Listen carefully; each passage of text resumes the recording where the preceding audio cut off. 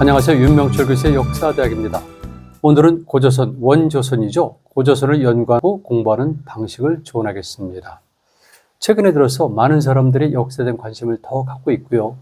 특히 이제는 고구려를 넘어서 고조선, 원조선까지도 관심의 영역을 넓히고 또 많은 분들이 자신들의 관심 분야, 연구 성과들을 발표하고 있습니다. 그런데 제가 우려하는 것은 그중에는 과장되거나 오류가 있거나 그리고 좀 비하게 된 것들이 있습니다. 그런데 그런 것들보다 더 중요한 것은 역사상을 제대로 규명하는 것이거든요. 그리고 고조선, 원조선은 우리 민족사에서 특별한 존재입니다. 시원 국가이고요. 무슨 우리 민족의 근원이 되기 때문에 그렇습니다. 저는 오늘 이 시간을 이용해서 고조선 또는 고구려 어떤 국가나 어떤 민족도 좋은데요. 그 실체를 규명하는 방법을 말씀드리겠습니다. 그러니까 제 학설을 가능한 한 자제하고 역사 기술자로서 어떻게 하면 역사상을 올바로 규명할 수 있을까? 그 방법론을 알려드리겠습니다. 만약에 여러분들이 이런 방법론, 즉 도구를 제대로 활용하신다면 여러분들이 생각하는 바 고조선의 연구를 하는데 훨씬 도움이 될 거라고 믿습니다. 먼저 이런 질문을 던지죠. 고조선의 연구는 왜 필요할까? 많은 분들이 알고 있습니다. 정리를 해드리죠. 첫 번째는 우리 역사의 가장 근본적인 정체성을 규명하는 데 필요하기 때문에 그렇습니다.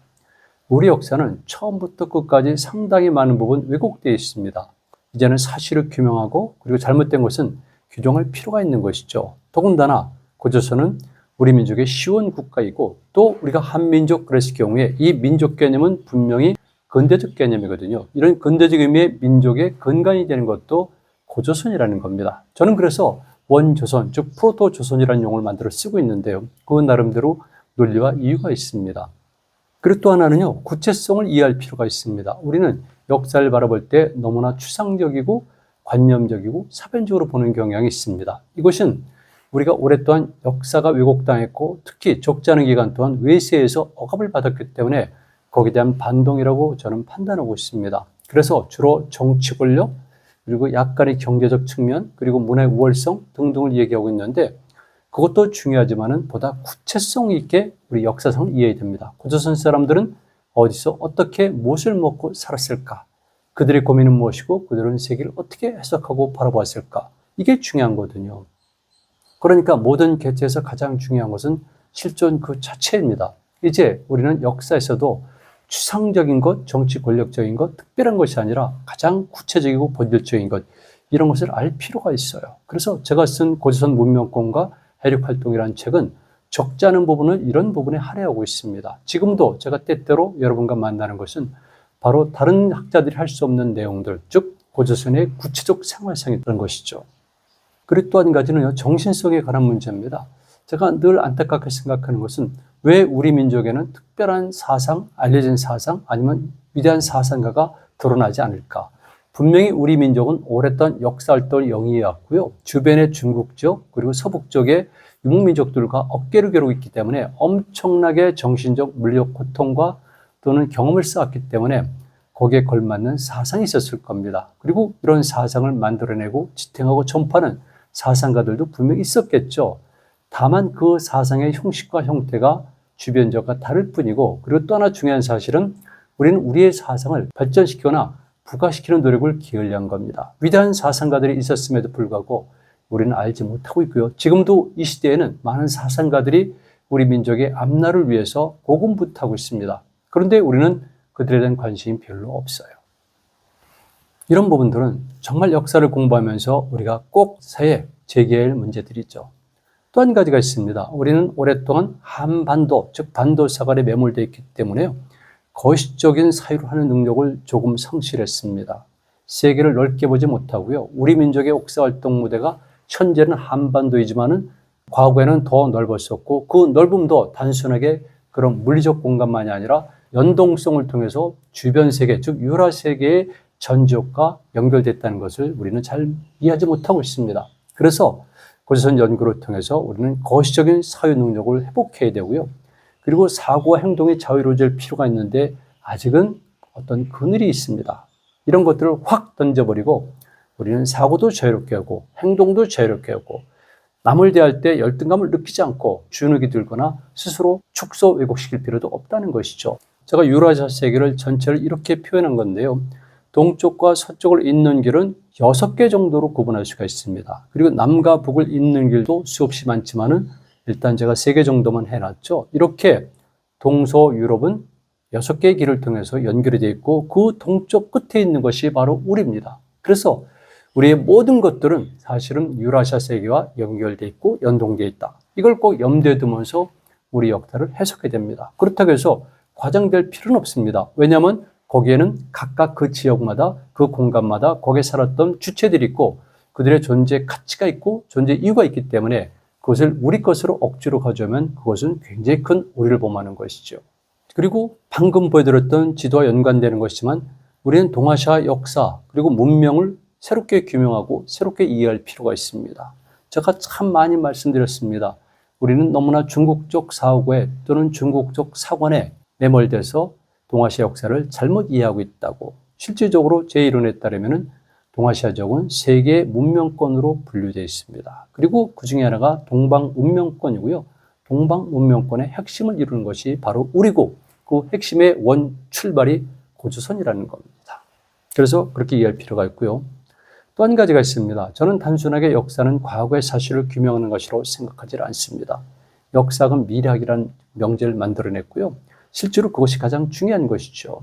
그런데 다행인지 아니면 원래부터 그런 것인지 불확실하지만 우리 민족이 지향했던 사상들, 우리 민족이 살아왔던 삶의 양태들은 21세기 인류가 당면한 많은 문명의 문제점들을 해소하는 한 방법론을 제시해 준다는 겁니다. 이거 굉장히 의미가 있어요.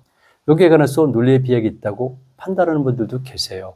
저는 이것을 비문명론, 즉 non-civilization이라는 용어를 썼지만은 여기는 flow란 말도 들어갈 수가 있고 그리고 궁극적으로는 홍익인간 사상이라든가 풍요 이런 것들이 바로 여기에 해당이 된다는 것들이죠. 이런 것은 비약이 아니고요. 여러분들이 알고 계시는 새로운 문명에 대한 모든 다음론들도 다 살펴보면 그 이전에 썼던 문명을 모델로 해서 재해석한 것이죠. 르네상스란 것이 별것이겠습니까? 우리도 이런 노력을 기울일 필요가 있습니다. 그리고 고조선의 연구는 현재 그리고 미래의 유효성이 있다. 그러니까 궁극적으로 고조선 연구란 것은 복원입니다. 과거에 있었던 정체성을 복원하고 그리고 우리의 존재 가치를 다시 복원하고 그리고 우리가 잃어버렸던 그리고 왜곡됐던 역사의 생명을 다시 복원하고 그리고 새롭게 만들어가는 것이죠. 이것을 고구려 역사에서는 다물이라는 용어로 표현했습니다. 다물, 려, 복, 구, 토 이런 것이 있죠. 고구려 말로 다물은 옛 땅을 수복하는 것. 이때 저는 토를 질서라고 또는 체제라고 해석해 왔습니다. 그래서 영어로 표현하면 리파운데이션이고요. 그리고 21세기 고조선이 우리에게 가진 의미는 결과적으로 복원이죠. 완벽한 복원을 하는 것인데 굳이 영어로 표현하면 리파운데이션이 되는 겁니다. 이것이 고조선 연구 또는 공부라는 중요한 목적과 필요성이 되겠습니다. 오늘 강의는 이 책의 일부를 가지고 말씀을 드리는데요. 고조선 문명권과 해륙활동, 문명권이라고 그랬습니다. 그리고 해륙활동이라는 용어를 썼죠. 이렇게 분석을 해 들어가야 되는데요. 어떤 실체가 있었을 경우에는 먼저 첫 번째는 그 주체가 있습니다. 두 번째는 그가 있는 공간이 있고요. 세 번째는 그가 살아온 과정, 여정, 시간이 있고요. 그리고 그것을 뒷받침해주는 세계관적, 내적 논리가 있고 나머지 요소들로 이루어져 있습니다. 그런데 저는 오늘은 공간부터 말씀드리고자 합니다. 왜 그러냐면 이 공간의 문제가 굉장히 중요하거든요. 결국 어떤 공간을 선택하는가에 따라서 주체의 성격과 주체의 생멸도 결정이 되기 때문에 그렇습니다. 그런데 저는 오늘 시간의 문제부터 다루도록 하겠습니다. 왜 그러냐면 시간의 문제는 고조선 문제에 상당히 중요하거든요. 고조선은 최초의 시온 국가이기 때문에 언제 건국했는지 그리고 언제 어떤 역사적 사건을 이루었는지 그리고 언제 멸망했는지는 드러나지만 그것도 사실은 위치에 따라서 약간의 혼란을 일으키고 있죠. 그래서 시간의 문제를 우리는 집중적으로 살펴볼 필요가 있는데요. 그 이해 전제가 있습니다. 건국 시기부터 멸망 시기까지는 꽤 길다는 것입니다. 만약에 BC 15세기를 전후로 해서 아니면 BC 20세기를 전후로 해서 아니면 BC 6세기를 전후로 해서 조선이라는 실체가 역사에 등장했다면 얼마나 많은 기간 동안 이것이 존재했겠습니까? 그런 과정 속에서 얼마나 다양한 역사적인 변동이 있었겠습니까? 그러니까 이 장구한 시간을 한 번에 보면서 단순하게 해석하면 반드시 우리를 범하게 되어 있죠. 인간이라는 존재는 항상 동시성적인 사고를 하고 있습니다. 제가 주름상자 이론이라는 것을 만들었는데요. 여러분 초파일 날 되면은 연등을 사용하지 않습니까? 연등은 보통 이렇게 평소에 보관할 때는 적어 놓습니다. 그런데 이렇게 들게 되면은 전체가 펴지게 되거든요. 이렇게 전체가 펴졌을 때 이것이 역사의 시간이고요. 그러나 동시대 사람들은 항상 동시대적 사고이기 때문에 이렇게 접혀진 주름상자 같이 생각합니다. 그래서 종종 오해를 불러일으키죠. 여러분들이 살고 있는 시간은 60년 또는 80년밖에 안 됩니다. 그러나 우리가 고조선이라는 정책 실체를 놓고 볼 때는 예를 들게 되면 1000년, 2000년 그 이상이 될 수도 있는 것이거든요. 그래서 우리는 그런 시간의 장구성을 반드시 염두에 두고 시작해야 된다는 겁니다. 그리고 건국 연대는 불분명해요.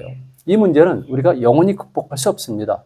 그것은 우리만의 문제가 아니라 전 세계 모든 역사적인 일반적인 특성이고요. 심지어는 중국도 언제 건국했는지 불분명합니다. 지금 한나라까지 시온을 올리고 있지 않습니까? 그러나 과거에는 은나라까지 올리는 것도 주저했었어요. 지금은 은나라, 한나라까지 올리고 그 이상까지 더 올리고 있는 것이 현재 중국 역사학계의 흐름이고요. 그러나 부정확합니다. 그리고 유목민들은 말할 것도 없습니다. 그들은 언제 건국했는지 이거 알 수 없습니다. 심지어는 일찍 인류 문명에 가장 먼저 시온이라고 볼 수 있는 메소포타미아 지역의 초기 국가들도 건국연대는 늘 불확실하죠. 그래서 이런 것들이 신화 또는 설의 형태로 전승이 되는 것이고요. 차지에 말씀드리면 한 집단의 건국 과정은 반드시 신화로 기록되어 있다. 그러니까 우리가 단군 신화 또는 고조선 건국 신화 이렇게 말했을 때 전혀 가치의 훼손이 있지 않다는 겁니다. 신화적으로 서술됐지만 역사적 실제는 분명하다. 이런 논리를 갖고 고조선을 보아야 되고요.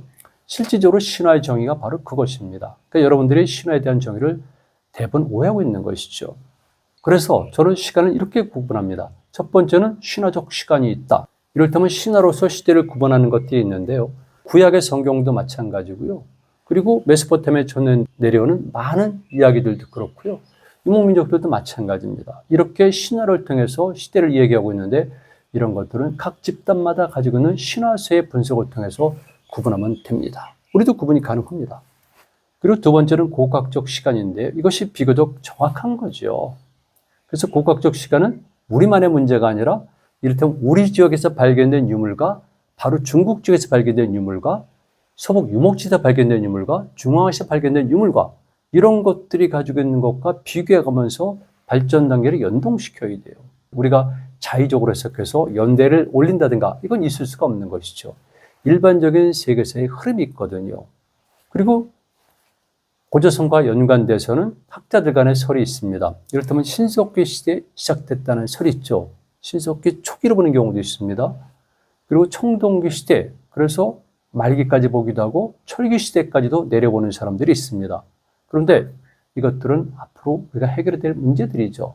쉬운 문제는 아닙니다. 그러나 기본적으로 이렇게 나눠져 있다는 것 아시면 되고요. 그리고 여기서 고고학자들이 분류를 했을 경우에 우리 고조선과 직결되는 것을 찾기 위해서는 바로 유물에 대한 해석도 있어야 되는 것이고요.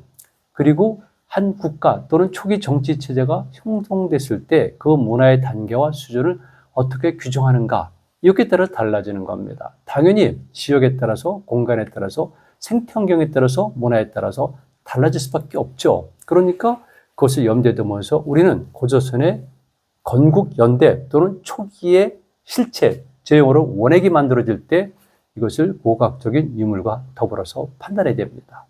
그리고 이제 세 번째가 역사적 시간인데요.